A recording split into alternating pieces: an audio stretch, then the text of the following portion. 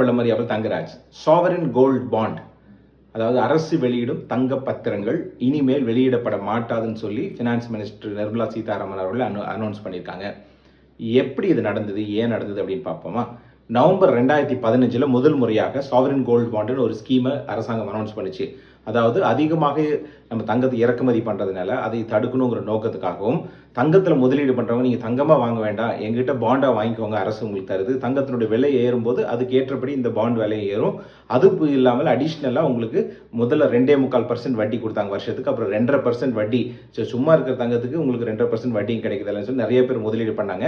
2023 வரைக்கும் வந்ததுங்க. பிப்ரவரி 2023க்கு அப்புறமா இந்த ஸ்கீம் லான்ச் பண்ணப்படவில்லை. ஏனென்றால் அரசாங்கத்துக்கு இது நிறைய செலவு ஆயிடுச்சு. கிட்டத்தட்ட 13% பக்கம் அவங்க செலவு பண்ற மாதிரி ஆயிடுச்சு. அதனால் நீங்கள் சுலபமாக ₹500 ₹1000 கூட மியூச்சுவல் ஃபண்ட் மூலமா தங்கத்தில் முதலீடு பண்ணலாம். லிங்க் பார்த்து தெரிந்து கொள்ளுங்கள். நன்றி. வளம் வளமறியாமல்.